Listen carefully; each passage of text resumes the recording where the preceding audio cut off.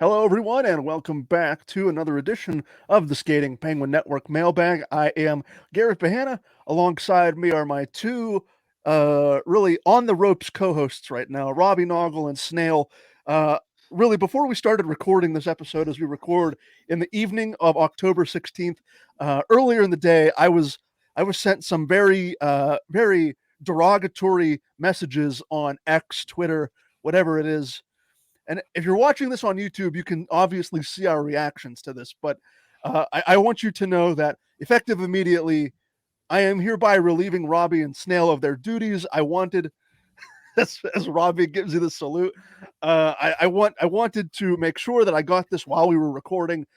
They have crossed the line far too many times. They have insulted me. They have insulted my family. Um, I'm kidding. Of course, it is all in jest. However, what is not in jest is the fact that I eat all of my steak well done, and that will not change. That will not change for me. And you can continue to insult me. And Brian, I know Brian is going to listen to this episode on Tuesday when it goes live. He was responding with Robbie and Snail in that reply chain that we had started on Twitter. I will continue to eat all of my burgers and steak well done. You cannot change the DNA inside of me.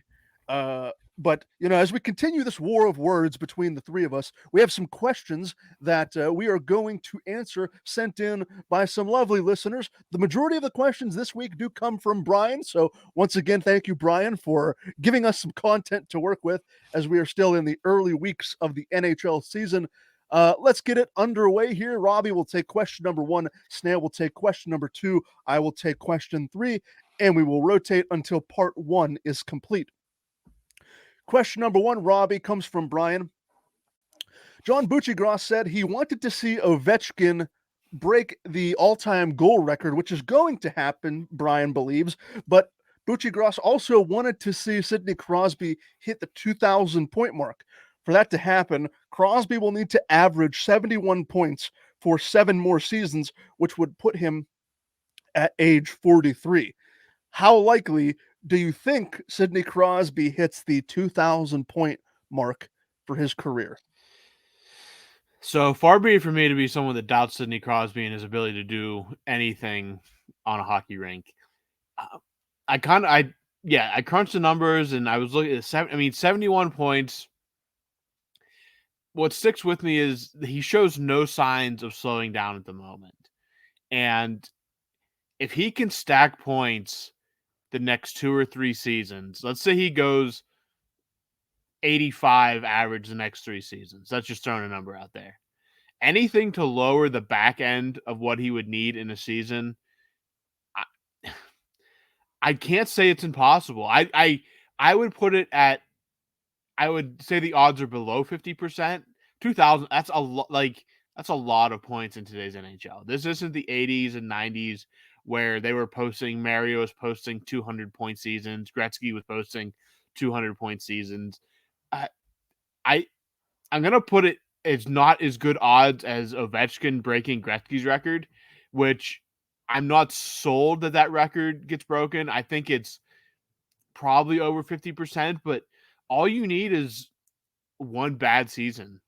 All you need at his age, all you need is one injury that knocks you out 20 or 30 games in a season, and all of a sudden that record that looked reachable is all of a sudden just that much farther away.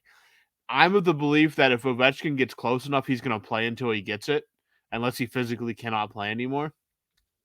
But I think I'd put the odds of Crosby getting 2,000 just because he'd have to play until 43 at that pace. But if he can if he can average 85 the next 3 seasons just to knock that back end average down, I would not put it out of the possibility. And even if we look back at this at the end of the season, if he hits 100 this season, that's 30 points over what he would need, that 71 average.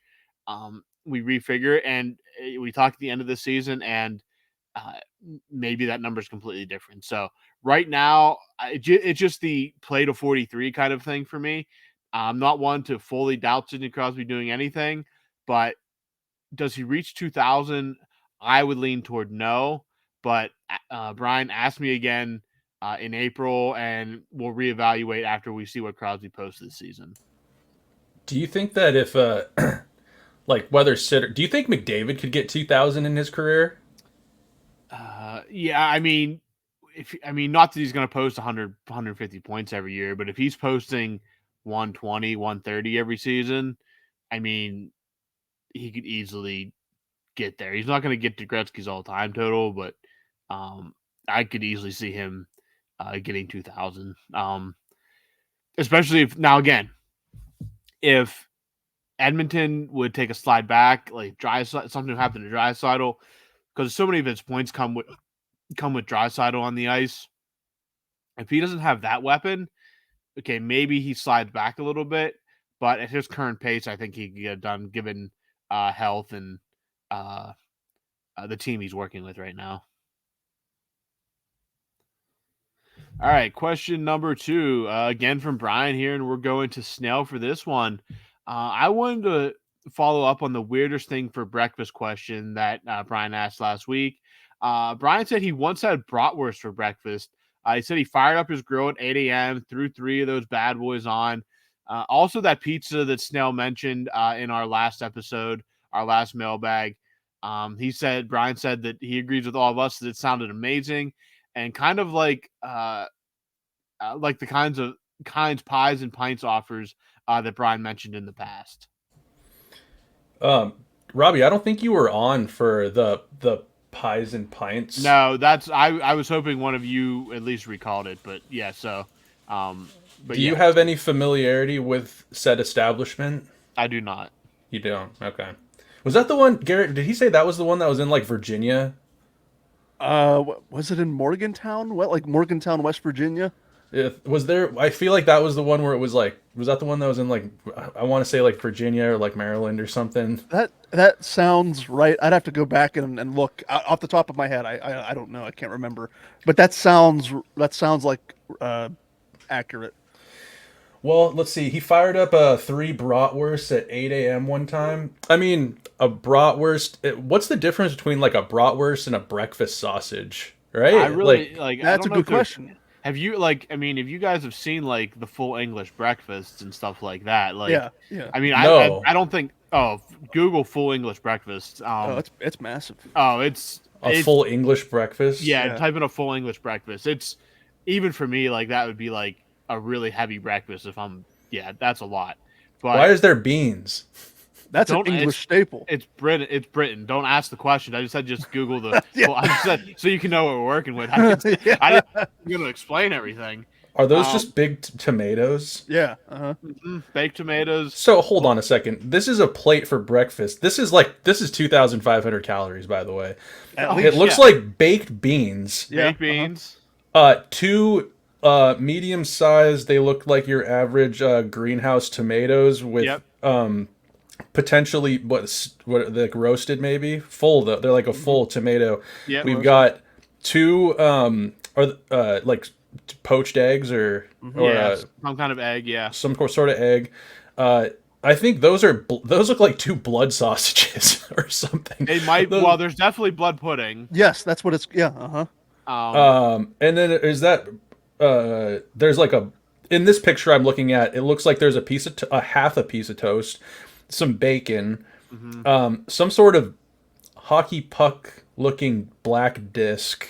Maybe it's just burnt. That's blood pudding. Yeah, that's what it is. Yeah. Blood pudding. Made of sheep blood. Yep.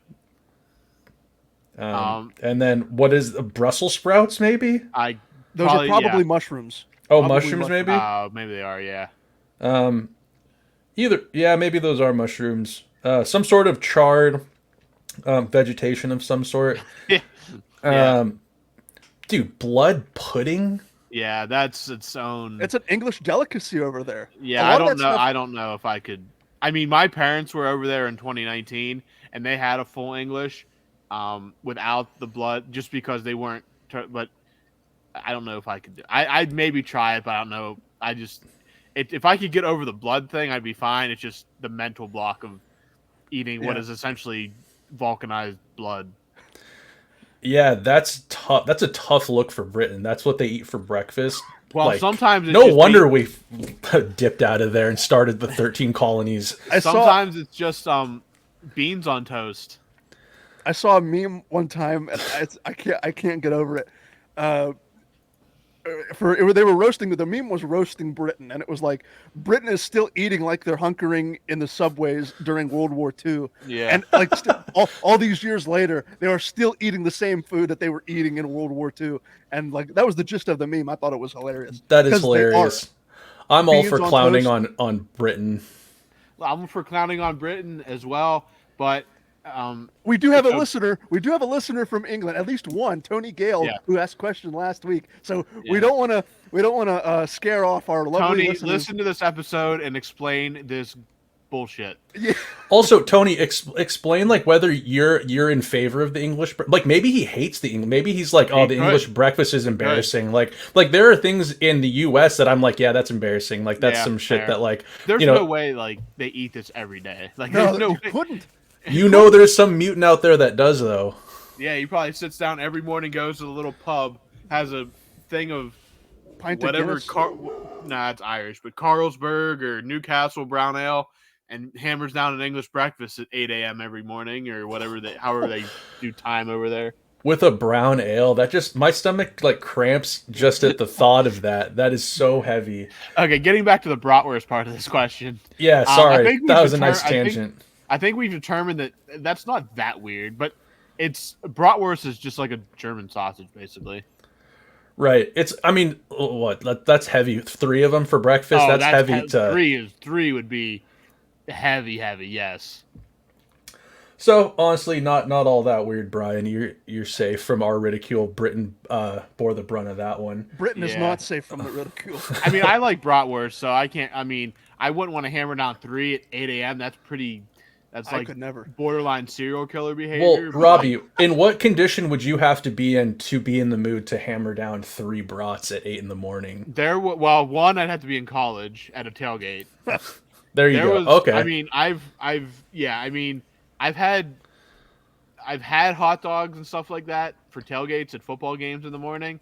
I'd have to be either hungover or at least enjoying some early morning bevs to pound down that much. Not like if I was like just hungry in the morning, I'm like, man, I could really go for a bratwurst.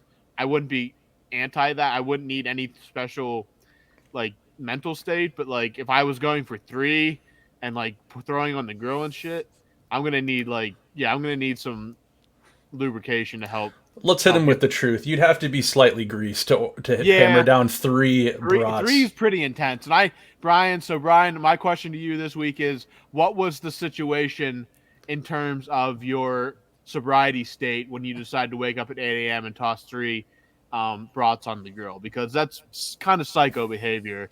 Did you have the pin down, Brian? Did you have the pin down? All right, let's move on. Question 3 coming from Brian. Do you think they should move DOC up to play with Sid and Raquel and put Jake with Gino and Smith? That'll free up Rust to play in the bottom 6 and hopefully boost some offense. I almost forgot this was a hockey podcast at one point. We had spent so much time talking about food and English breakfasts, but I actually like this idea because if you want to draw one conclusion through the first couple of games of the season, my conclusion would be that the bottom 6 we kind of thought this going into the season, but the bottom 6 doesn't look like it may help you out too much offensively this season. They have good defensive impacts, and it could really help you on the penalty kill. But if you can, at least in the short term, maybe move some of that offense a la Bryan Rust, as Brian mentions here, if you can move it down to the 3rd line and maybe give some of that offense to the top 9/bottom 6, I would be in favor of that. I think at some point you're going to see, not to get too overreactive here through the first less than 5 games, I think eventually you're going to see Kyle Dubas come to the realization, if he hasn't already, that this team needs more offense, and you can't rely on Crosby and Malkin and company to continue to put in these offensive performances night in and night out. It was great against Calgary to see them come back and storm back in the 3rd period, and Evgeny Malkin is off to a tremendous start to begin the season. but I don't think you can reasonably expect that pace to continue. So moving DOC up with Crosby, we saw some of that early success in the preseason. I think you can carry that over to some extent as the early part of the regular season gets underway. But this is eventually this is going to be a situation where you're trying to put a band-aid over a massive gash, and it's just not going to work. I think eventually Dubas is going to have to go out, whether it's through waivers or trade at the trade deadline. And I don't want to talk about the trade deadline while we're in the middle of October, but I think eventually, if you are in the position to make a serious run, you can do that by going out and hitting another sort of offensive home run. Maybe not to the level of Erik Karlsson, but just enough of a home run to where your bottom six is going to give you something of an offensive pulse, so you don't have to rely on Crosby and Malkin and company every night. Question number 4, as we go back to Robbie here, question 4 comes from Brian. If it's Mike Sullivan and company's main objective to put the 12 best players on the ice to create the most competitive team, why is Jeff Carter still seeing ice time? So if you listen to our recap episode from Saturday night where we talked about the Capitals and Flames game, Snail and I kind of went on a little rantish kind of segment about this, basically this very same question. We tried not to. Yeah, but yeah, Snail was like, I'm going to be happy about it. I'm like, screw that. We're talking about Jeff Carter. So, I mean, you knew this was happening. You knew this was going to happen. Why is he there? Because he's untradeable, and putting him on waivers is not a possibility. Buying him out does nothing. Basically, he is there whether we like it or not. The problem with it is that roster spot is being taken up by a 37, 38-year-old, barely mobile statue that could be easily used by a Vinny Hinostroza, a Radim Zohorna, a Alex Nylander. Literally anything would be better. It might be better putting a seventh defenseman on the ice and playing him at a wing. Like, get Mark Friedman out there to be a psychopath for 8 minutes a night. Pull Colby Armstrong out of the booth. Play with 22 men or 17 men. Let Nedeljkovic go out and skate 8 minutes a night in his full goalie gear, and he can just go out. Like, it just, again, this was extremely frustrating. Why is he there? Because there's nothing else they can do with him. I saw someone mention this before the season, treating Jeff Carter like a backup or like a goalie situation on back-to-backs, as in pull him out on the second or the whatever, however you want to manage it, and put a 13th forward, carry a 13th forward, and treat him as a back-to-back for a goalie situation. Pull him out, say you're resting him, put him in the booth, and let one of those guys get some ice time. Guys like Hinostroza and Zohorna aren't really at this point gaining anything from being in the AHL. This isn't like a 22-year-old prospect where you want him to get as much ice time at the pro level as possible. So you have him in the AHL to get games and experience. Those guys benefit the big club more than you do the AHL club. It's frustrating, and he's there because there's nothing else they can do with him that doesn't financially hurt them in the long run. You just got to get through this final season and deal with it after that. Question number 5 from Brian again. They're all from Brian this week. Rob Rossi tweeted, "It's been a while since Malkin's had a winger who complements him the way that Riley Smith does. Bringing in Smith was overlooked as part of Dubas' offseason. Did we overlook Riley Smith because of Erik Karlsson?" Yeah, probably. I mean, when they picked up Riley Smith, hadn't there already been like rumblings of Karlsson? So he was at that point. Maybe he wasn't directly linked to the Penguins, but it was starting to leak out that Karlsson was going to be traded to a contender, and at that point, we didn't know where he was going to go. But yeah, for sure. So yeah, I mean, maybe a little bit overlooked. The last time Gino had a winger that complimented him like Riley Smith is looking to would be the real deal James Neal, right? Is that probably the last winger he had that was that good? I don't think that's out of I don't think that's out of the ordinary to say that. I probably agree with you. Yeah, at least one that stayed healthy. I mean, Zucker was really good with Malkin when he was on the ice. Yeah, so I'd say Neil probably as a stayed healthy and was productive like that until he left town. Right. So yeah, maybe a little bit overlooked, but he's certainly got all of our attentions now. He's fitting in like a that perfect puzzle piece. He has the perfect type of game, I think, to be with Malkin. Malkin is so like offensively creative, and he's completely the driving force on his line. And you just need competent, smart players that can finish essentially. And Riley Smith has got pretty good hockey IQ, and he's got the finishing capability. So maybe a little bit overlooked, but not that's not going to last long if you aren't already paying attention. Let's see your question number 6 from Brian. Brian thinks that the biggest acquisition the Pens got this offseason is the new scoreboard. That thing is massive in person, and I really hope all 3 of you get to see it in person. I totally forgot to either tell Brian or message him. I was at the home opener on that Tuesday against the Blackhawks. That was my first time seeing that scoreboard. And yeah, like Snail and Robbie, like Snail, whenever you catch that train over here to Pittsburgh, and Robbie, whenever you make another trek up here, that scoreboard it really is the real deal. Like there is no other way to describe it. It's massive.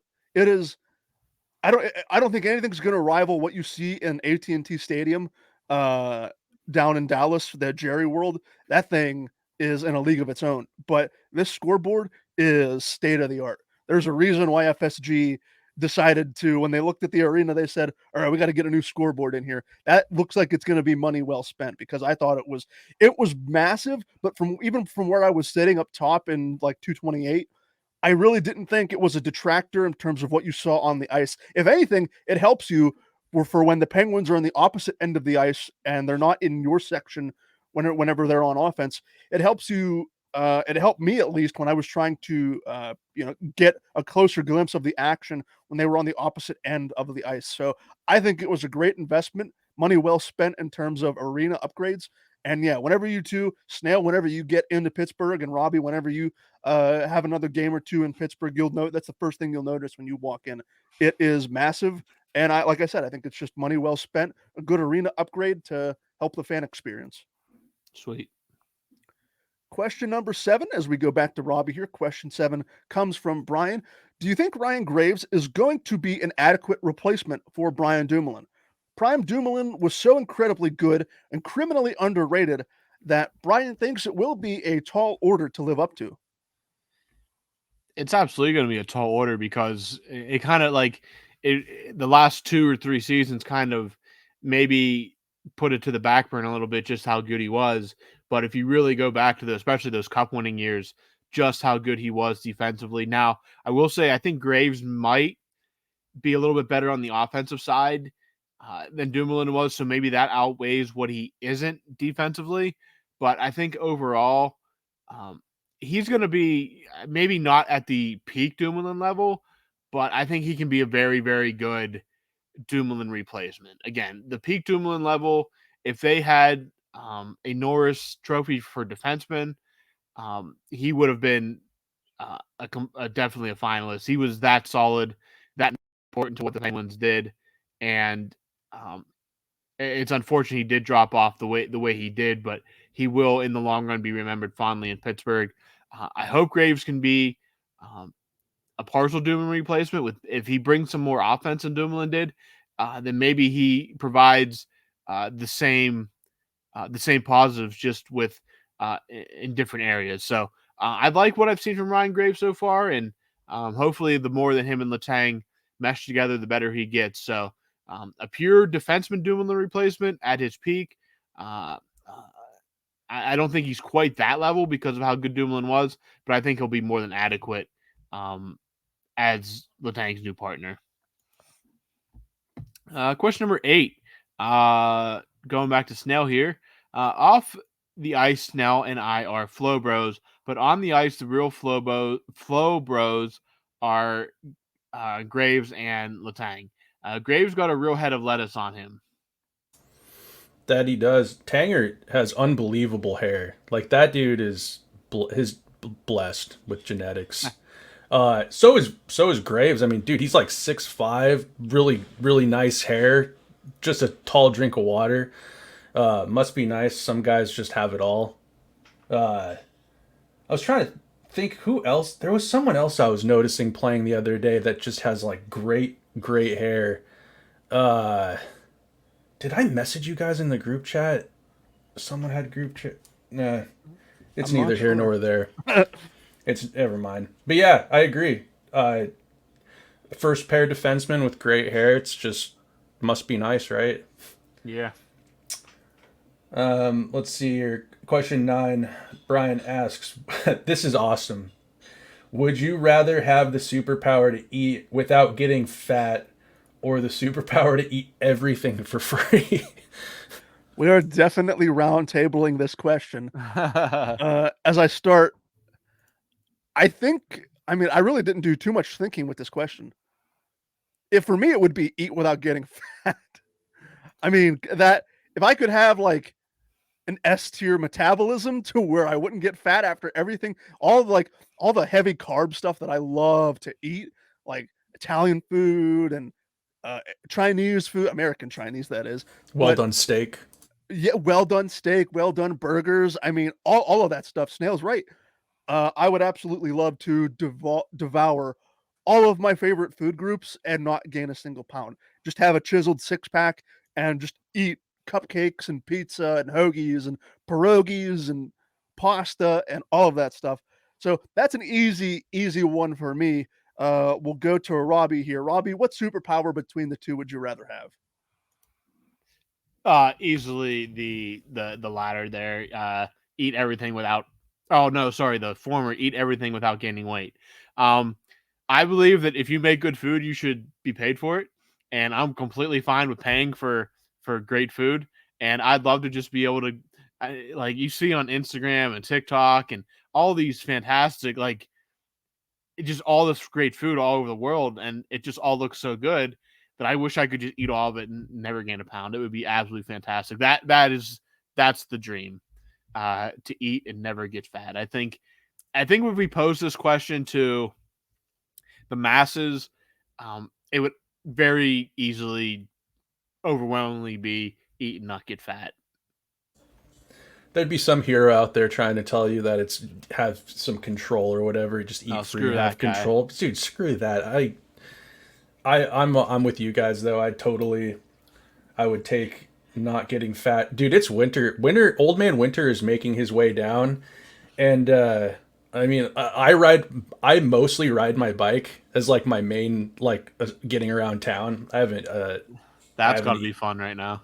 Oh yeah, that has Well, to it's be. just not really happening as much just because it's getting cold and it's rainy. But the bike is being used less, and the frequency of meals and snacks is increasing, and those winter pounds are slowly starting to be put on. So I feel this question way too much. I'm fine with paying for food, but God, if I could skate by, if I had, like you said, Garrett, like a really great metabolism, maybe my answer would be different. But I would take eating without getting fat every day of the week and twice on Sunday. Twice on Sunday, indeed. Question number 10. We're not going to Robbie for question 10. This is a Snail-specific question. Brian wants an update from you, Snail, regarding how your Frasier viewing is going. And Brian notes that the Frasier reboot just premiered, I believe, on Paramount Plus. So you have even more to take in if and when you get done with the original rewatch of Frasier. Are you still watching Frasier, is the question. No, it's October. Once it hits October 1st, I go into full on spooky season mode. I try to watch a horror movie a night or a spooky, show of some sort. I've been watching The Last of Us recently. Oh, that is so good. That's so good. Actually, just finished it last night. So Fantastic. great series. Have you guys played the game? Yeah, I Yeah. did not play part 2. I played part 1. Yeah. Okay, played so both parts, I yeah. didn't make it that I didn't make it that far into the game. I gave up, and then I just watched. I wanted to finish the game before I watched the series. I put it off for months, and it got to be that time of year. I was running out of options for new content to watch, so I started watching it. Haven't been Frasier is on the back burner, but I did see so they made a remake of it. They rebooted the series with not the entire same cast. Kelsey Grammer, who plays Frasier, he's obviously back as the titular character. I don't know how many other characters are in the reboot. Frasier's on-screen dad passed away years ago. Yeah. Again, and Niles' actor, the name is escaping me. David Hyde Pierce. I believe that's right. Yes. I think he did not sign on for the reboot, so he's not there. But Frasier, the titular character, is there for the reboot. Again, I don't know who else has carried over from. Oh, okay. So they just made it like a new season of it, essentially. Basically, yeah. He's like, what, 20 years? He'd have to be like 20 years older. Yeah. So basically, yeah. He's got to be ancient now. He was old in the original one. He looked old, but I don't think he was that old like when they filmed it in the late 90s. I don't know. I would imagine Kelsey Grammer has to be in his early 60s, mid 60s maybe. Oh, okay. Kelsey Grammer is, I was just looking it up actually. Kelsey Grammer is 68. 68. Okay. So that you know what? That lines up considering how he looked in the original Frasier. Yeah. So yeah, I have not been watching Frasier. Have you guys been watching any like spooky stuff? Any horror movies? Garrett, you don't seem like a horror movie guy to me. You're right, because I am not. That's not my sister, my older sister, and my brother-in-law. They love that. My older sister loves Halloween. She started decorating for Halloween like early September, and she's had decorations up ever since. So they love that sort of stuff. I don't really do the horror. I will fully admit that I jump scare way too easily. So I don't do the spooky, scary movies or anything like that. Robbie? I mean, I've watched like your typical Halloweens, like Halloween. I've seen all the Saws. I don't know if all of them. There's a ton of Saws. Yeah, I just recently learned. I can't say if I've seen all of them or not. There's like a whole Saw extended universe. So I can't really say that I've seen all of them. Let me see what else. Nightmare on Elm Street. Sure, like the classics. Yeah, the classics mostly. I haven't really watched any yet this year though. I feel it. Yeah, for me it's a daily thing, a nightly thing. Okay. So yeah. But I will get back to Frasier. I have it's come to mind a couple of times, but gonna have to wait for November to dive back into that show, and I'll update you accordingly, Brian. Well, fellas, 10 questions in, 10 questions out. We have tackled part 1 of this week's mailbag. Part 2 will be coming at you later this week. Until then, I will continue to deal with these two terrible co-hosts of mine who continue to insult me and take my dignity away from me as they continue to chastise my choice of meat. And I will continue to eat my well-done meat, and I will continue to love eating my well-done meat. But boy, out of context, do not take any of what I just said out of context. I don't know if anyone watches this is going to clip this, but that is just horrendous. It just clicked in my head. I could see, if you're watching this on YouTube, you can see Snail just pissing his pants right now. But until we get to part 2 later this week, I have been Garrett Bahana for Robbie Noggle, for Snail. Thank you for listening to another edition of the Skating Penguin Network Mailbag, and we will talk to all of you again very soon.